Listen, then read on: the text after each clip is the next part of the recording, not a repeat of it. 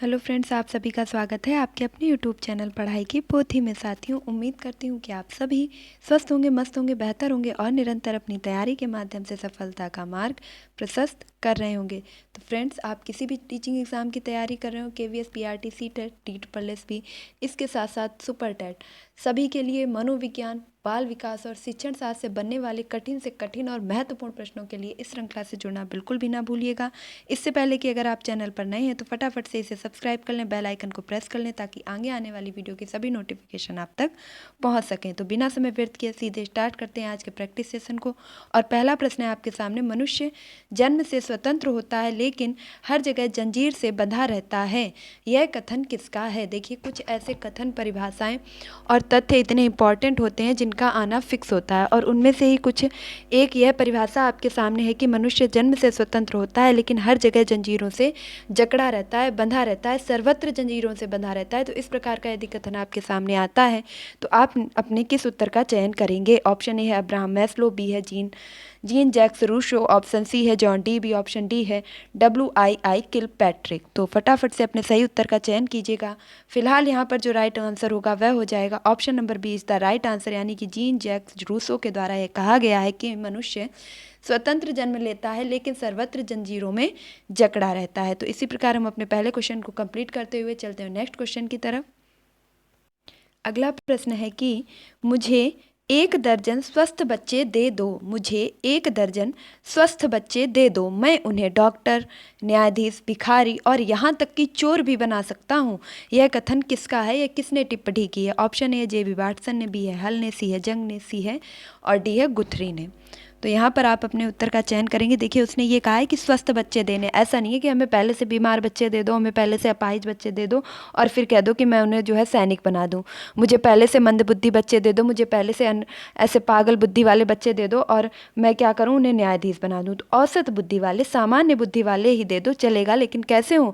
स्वस्थ हों, शारीरिक रूप से, मानसिक रूप से, ऐसे बच्चे दे दो तो मैं उन्हें जो भी चाहूँ वह बना सकता हूँ। और ऐसा कहने वाले कौन थे? Option number A is the right answer, यानी कि JB वाटसन।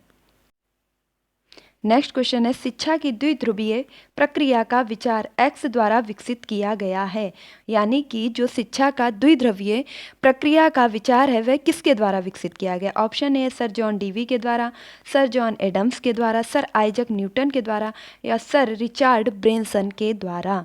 तो शिक्षा का द्विध्रुवीय प्रक्रिया का जो सिद्धांत है वह किसके द्वारा दिया गया है? आप सभी ने BEd BTC के माध्यम से इन सभी चीज़ों को पहले से पढ़ रखा होगा, और सीटेट और टेट अगर क्वालिफाई है तो इन सब चीज़ों से बहुत अच्छे से पाला पड़ा होगा। तो फिलहाल सुपर टेट के लिए इन्हें जरूर याद रखिएगा।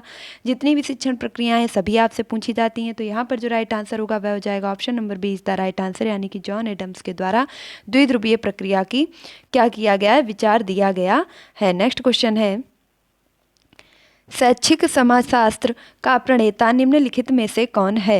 शैक्षिक समाजशास्त्र का प्रणेता किसे माना जाता है? इनमें से कौन है? Option A George Payne, B है जॉन एडम्स, सी है जॉन डीवी, डी है विलियम वुंड। तो विलियम वुंड के द्वारा क्या किया गया था? विलियम वुंड के द्वारा आपकी बनाई गई थी प्रयोगशाला। सबसे पहली प्रयोगशाला किसके द्वारा बनाई गई थी? तो विलियम वुंड के द्वारा। जबकि समाजशास्त्र का जो प्रणेता है वह किसे कहा जाता है? Option number A is the right answer, यानी कि जॉर्ज पेन को। ये बहुत ही डिफिकल्ट क्वेश्चन है, अगर आप इनका आंसर कर पा रहे हैं तो आपकी तैयारी वाकई बहुत बेहतरीन है। तो अगला प्रश्न है कि शिक्षा मनोविज्ञान का जनक किसे कहा जाता है? शिक्षा मनोविज्ञान का जनक किसे कहा जाता है? ऑप्शन ए है JB वाटसन को, बी है EL थॉर्नडाइक को, BF स्किनर को या जॉन एडम्स को। तो यहाँ पर आज हम जितने भी क्वेश्चन करेंगे वो सभी शिक्षा मनोविज्ञान से संबंधित होंगे कि मनोविज्ञान शब्द किसने दिया है, मनोविज्ञान की अवधारणा क्या है, मनोविज्ञान का क्या अर्थ है, मनोविज्ञान में किस चीज़ का अध्ययन किया जाता है, मनोविज्ञान किस आधार पर बनाया गया। तो ये सारी चीज़ें, जितनी भी मनोविज्ञान से संबंधित फैक्चुअल क्वेश्चन हो सकते हैं वो सभी आपके लिए लेकर के आई हूँ। तो शिक्षा मनोविज्ञान का जो जनक है वह किसे कहा जाता है? इस क्वेश्चन का राइट आंसर हो जाएगा option number A is the right answer, यानी कि थॉर्नडाइक को शिक्षा मनोविज्ञान का जनक कहा जाता है। देखिए, मनोविज्ञान का नहीं कहा जाता है। अगर आपसे प्रश्न किया जाएगा कि मनोविज्ञान का जनक किसे कहा जाता है तो वहां पर आपका उत्तर क्या हो जाएगा? यदि आपसे पूछ लिया जाए कि मनोविज्ञान का जनक किसे कहा जाएगा, तो मनोविज्ञान, सिर्फ मनोविज्ञान का जनक किसे कहते हैं? वो कहते हैं विलियम जेम्स को। किसे कहते हैं? विलियम जेम्स को। तो अंतर समझ लीजिएगा, ये कन्फ्यूजन वाले क्वेश्चन है कि यदि सिर्फ ये पूछा जाए कि शिक्षा मनोविज्ञान का जनक किसे कहा जाता है, तो शिक्षा मनोविज्ञान का जनक कहा जाता है थॉर्नडाइक को, जबकि सिर्फ मनोविज्ञान का जनक किसे कहा जाता है? विलियम जेम्स को। तो आई होप कि आप ये दोनों क्वेश्चन अच्छे से समझ चुके होंगे। अगले प्रश्न की तरफ चलेंगे और नेक्स्ट क्वेश्चन है, शिक्षा की त्रिध्रुवीय प्रक्रिया के द्वारा चलाई गई। शिक्षा की जो त्रिध्रुवीय प्रक्रिया है वह किसके द्वारा चलाई गई? ऑप्शन है चार्लोट मैसन के द्वारा, फ्रेडरिक फ्रॉवेल के द्वारा, जॉन डीवी के द्वारा, मारिया मॉन्टेसरी के द्वारा। तो शिक्षा जो कि त्रिध्रुवीय प्रक्रिया है वह किसने चलाई थी? यहाँ पर राइट आंसर क्या होगा? राइट आंसर हो जाएगा option number C is the right answer, यानी कि जॉन डीवी के द्वारा शिक्षा की त्रिध्रुवीय प्रक्रिया चलाई गई थी। अगले प्रश्न की तरफ चलेंगे और नेक्स्ट क्वेश्चन है, किस दार्शनिक का विचार है कि शिक्षा मानव के विकास के सिद्धांतों पर आधारित होनी चाहिए? ऐसा कौन से दार्शनिक का मानना है कि जो शिक्षा है वह मानव के विकास के सिद्धांतों पर आधारित होनी चाहिए? ऑप्शन ए है डीवी का, बी है वॉटसन का, सी है रूसो का और डी है थॉर्नडाइक का। ऐसा मानने वाले आपके कौन से मनोवैज्ञानिक हैं? यहाँ पर जो राइट आंसर होगा वह हो जाएगा option number C is the right answer, यानी रूसो का मानना है कि शिक्षा मानव विकास के सिद्धांतों पर आधारित होनी चाहिए। अगला प्रश्न है कि 19वीं शताब्दी के अंत में किस दार्शनिक ने सीखने के नियम जानवरों के साथ अपने प्रयोगों के परिणाम स्वरूप तैयार किए? 19वीं शताब्दी में ऐसा कौन सा दार्शनिक आया जिसने अपने जो प्रयोग थे, सीखने के प्रयोग थे, वह किसके ऊपर करने लगा? जानवरों के ऊपर करने लगा। तो ऑप्शन ए है गिलफोर्ड, बी है वाटसन, सी है एडवर्ड थॉर्नडाइक और डी है जॉन डीवी। तो हम सभी जानते हैं कि थॉर्नडाइक ने किस पर प्रयोग किया था?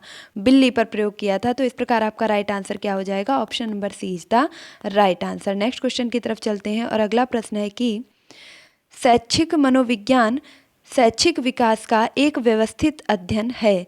जो शिक्षा मनोविज्ञान है या शैक्षिक मनोविज्ञान है वह विकास का एक व्यवस्थित अध्ययन है। यह कथन किसका है? ऑप्शन ए है बी एफ स्किनर का, सी वी गुड का, जे एम स्टीफन का या सी एच जुड का।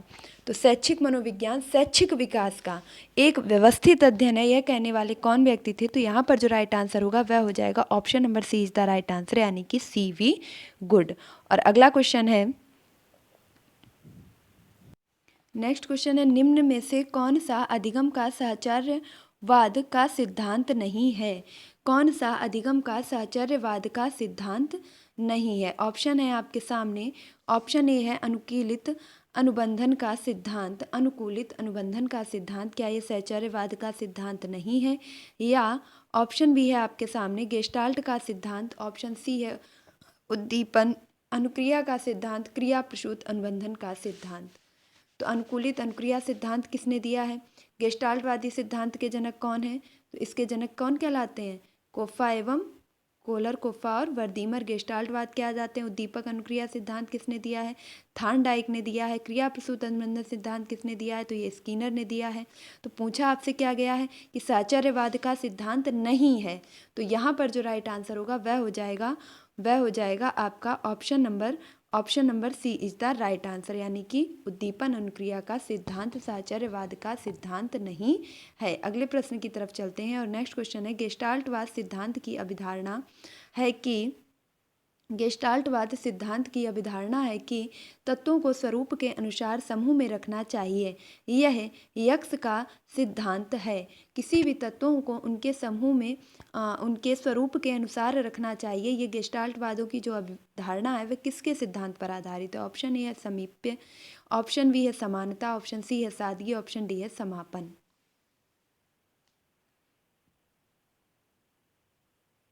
तो यहाँ पर जो राइट आंसर होगा वह हो जाएगा option number C is the right answer, यानी कि समानता के सिद्धांत को दर्शाता है। नेक्स्ट क्वेश्चन है, मनोवैज्ञानिक का जनक माना जाता है वैज्ञानिक विज्ञान का, यानी कि विज्ञान मनोविज्ञान में भी कौन से मनोविज्ञान का? वैज्ञानिक मनोविज्ञान का जनक किसे माना जाता है? अभी हमने आपसे ये पूछा था कि शिक्षा मनोविज्ञान का जनक किसे माना जाता है, तब आपका उत्तर क्या हो गया था, थॉर्नडाइक। शिक्षा मनोविज्ञान का थॉर्नडाइक। और सिर्फ मनोविज्ञान का कौन था, विलियम जेम्स हो गए थे। अब आपसे पूछा जा रहा है कि वैज्ञानिक मनोविज्ञान का जनक किसे माना जाता है। ऑप्शन ए विलियम वुंट को, विलियम जॉन्स को, विलियम जेम्स को, सिगमंड फ्रायड को। तो यहाँ पर जो राइट आंसर होगा option number A is the right answer, यानी कि विलियम वुंट को। नेक्स्ट क्वेश्चन है, तंत्रिका तंत्र के प्रकार और मानसिक व्यवहारों के अध्ययन पर तंत्रिका तंत्र के प्रकार और मानसिक व्यवहारों के अध्ययन पर जोर दिया गया था। कौन से वाद में। ऑप्शन ए संरचनावादियों ने प्रकारवाद और मानसिक व्यवहारों के अध्ययन पर जोर दिया था, प्रकारवाद ने, व्यवहारवाद ने, मनोविश्लेषणवादियों ने। तो कौन से ऐसे वादी हुए थे, कौन से ऐसे वाद वाले हुए थे मनोवैज्ञानिक जिन्होंने तंत्रिका तंत्र के प्रकार और मानसिक व्यवहारों के अध्ययन पर जोर दिया था। तो यहाँ पर जो राइट आंसर होगा वह हो जाएगा option number C is the right answer, यानी कि प्रकारवाद। और प्रकारवाद के यदि आपसे जनक पूछ लिए जाए कौन है, तो प्रकारवाद के जनक कौन है, विलियम जेम्स। याद रखेंगे, विलियम जेम्स किसके जनक हैं, प्रकारवाद के जनक कहलाते हैं। ये सभी क्वेश्चन आपके सुपर टेट के लिए बहुत ही ज़्यादा इंपॉर्टेंट रहने वाले हैं। नेक्स्ट क्वेश्चन है आपके सामने, संज्ञानात्मक मनोविज्ञान स्कूल के जनक माने जाते हैं, यानी कि संज्ञानात्मक मनोविज्ञान स्कूल के जनक कौन माने जाते हैं। ऑप्शन ए है जीन पियाजे, जेबी वाटसन, वर्दीमर, अब्राहम मैस्लो। तो यहाँ पर राइट आंसर क्या होगा, संज्ञानात्मक मनोविज्ञान। हम सभी जानते हैं कि संज्ञानात्मक स्तर पर मनोविज्ञान का अध्ययन करने वाले सबसे महान मनोवैज्ञानिक कौन हुए हैं, तो वो हुए हैं जीन पियाजे। और इन्होंने संज्ञानात्मकता के कितने स्तर बताए हैं, 4 स्तर बताए हैं, जिसमें सबसे पहली कौन सी थी, तो संवेदी पेशीय या इंद्रिय जनित गामक अवस्था। दूसरी कौन सी थी, तो पूर्व संक्रियात्मक। तीसरी कौन सी थी, मूर्त संक्रियात्मक। और चौथी कौन सी थी, अमूर्त या अनौपचारिक संक्रियात्मक अवस्था। तो इस प्रकार से इन्होंने 4 संज्ञानात्मक अवस्थाओं में मनोविज्ञान का अध्ययन किया है। नेक्स्ट क्वेश्चन की तरफ चलते हैं और अगला प्रश्न है कि मानसिक स्तर पर सूचना एवं विचार का संगठन, मानसिक स्तर पर हम किसी सूचना या विचारों का संगठन कर रहे हैं तो वह कौन सा मनोविज्ञान के अंतर्गत आएगा, मनोविज्ञान में वह क्या कहलाता है। ऑप्शन ए है अनुभूति, बी है स्कीमा, सी है स्मृति और डी है बुद्धि। तो हम मानसिक यानी कि दिमाग में सूचनाओं को, विचारों को इकट्ठा कर रहे हैं, वो चीज़ क्या कहलाएगी। तो यहाँ पर जो आपका राइट आंसर होगा वह हो जाएगा option number B is the right answer, यानी कि स्कीमा। और ये शब्द दिया किसने था, तो ये भी याद रखेंगे, जीन पियाजे के द्वारा स्कीमा शब्द दिया गया था, और जिसका अर्थ क्या होता है, अपने दिमाग में किसी चीज़ों का जो है संगठन करना, उन्हें इकट्ठा करना। नेक्स्ट क्वेश्चन की तरफ चलेंगे और अगला प्रश्न है कि आत्मसिद्धि का तात्पर्य है। ऑप्शन ए है आत्मसाक्षी का अनुभूति और कार्यसिद्धि अवस्था, आत्मसिद्धि की अनुभूति, कार्यसिद्धि की अवस्था, आत्मसम्मान या स्व सुरक्षा, यानी कि अपने आप अपनी सुरक्षा करना। तो आत्मसिद्धि से क्या तात्पर्य है, यानी कि अपनी शक्ति को अनुभूत करना, कार्यसिद्धि की अवस्था, आत्म का सम्मान यानी स्वयं का सम्मान करना, स्व सुरक्षा यानी स्वयं की सुरक्षा करना। तो आत्मसिद्धि का तात्पर्य यहाँ पर क्या होगा, तो यहाँ पर जो राइट आंसर होगा वह हो जाएगा option number A is the right answer, यानी कि आत्मशक्ति की अनुभूति करना। नेक्स्ट क्वेश्चन है, मनोयौनिक और मनोविश्लेषणवाद के जनक हैं, मनोयौनिक और मनोविश्लेषणवाद के जनक हैं।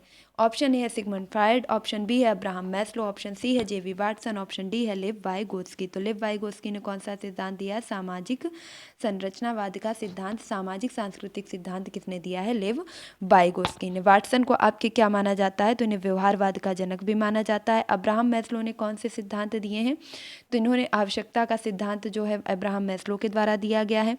और सिगमंड फ्रायड, यहाँ पर जो आपका राइट आंसर हो जाएगा option number A is the right answer, यानी कि सिगमंड फ्रायड को मनोविश्लेषणवाद का जनक के नाम से जाना जाता है। अगले प्रश्न की तरफ चलते हैं। नेक्स्ट क्वेश्चन है, विषय वस्तु या घटना जो व्यवहारिक प्रक्रिया का, विषय वस्तु या घटना जो व्यवहारिक प्रक्रिया का जनक होती है कहलाती है। वह विषय वस्तु या घटना जो कि व्यवहारिक प्रक्रिया का जनक होती है उसे क्या कहते हैं। ऑप्शन ई है पारागमन, ऑप्शन बी है उद्दीपन, ऑप्शन सी है व्यवहार, ऑप्शन डी है अनुभव। तो यहाँ पर राइट आंसर क्या होगा, जब हम किसी विषय वस्तु या घटना को व्यवहारिक प्रक्रिया करते हैं तो उसे क्या कहलाता है, वह कहलाता है हमारा option number B is the right answer, यानी कि उद्दीपन। नेक्स्ट क्वेश्चन की तरफ चलते हैं। अगला प्रश्न है, शिक्षा को सर्वांगीण विकास का साधन मानते थे, शिक्षा को सभी विकास का साधन कौन मानते थे। ऑप्शन ए है महात्मा गांधी, बी है स्वामी विवेकानंद, सी है अब्राहम मैस्लो और डी है जॉन डीवी। तो कौन ऐसे व्यक्ति हुए हैं जिन्होंने शिक्षा को सभी विकासों का एक साधन माना है? तो यहाँ पर जो राइट आंसर होगा वह हो जाएगा option number A is the right answer, यानी कि महात्मा गांधी। महात्मा गांधी का कहना था कि शिक्षा के द्वारा बालक का सर्वांगीण विकास किया जा सकता है। अगला प्रश्न है, स्वास्थ्य ही जीवन है सूत्र वाक्य किसने कहा है? यानी कि जो हमारा स्वास्थ्य है वही जीवन है, यह वाक्य कहने वाले कौन थे? ऑप्शन ए है अरस्तु, बी है प्लेटो, सी है ऑप्शन ए था आपका सुकरात, बी है प्लेटो, सी है अरस्तु और डी है मैकेनियस। तो यहाँ पर आपके क्वेश्चन का राइट आंसर क्या होगा? देखिए, अपना स्कोर जरूर काउंट करते जाइएगा कि आपने कितने क्वेश्चन सही कर पाए हैं। यहाँ पर आप प्रैक्टिस भी कर रहे हैं, सीख भी रहे हैं, और उसके साथ साथ जो आपने अभी तक सीखा है उसका अपना आंकलन भी कर पाएंगे कि हम नई परिस्थितियों में अपने कितने उत्तर करने में सक्षम हो पा रहे हैं। तो यहाँ पर जो राइट आंसर होगा वह हो जाएगा option number A is the right answer, यानी सुकरात ऐसा कहते थे कि जो स्वास्थ्य है वही क्या है? जीवन है।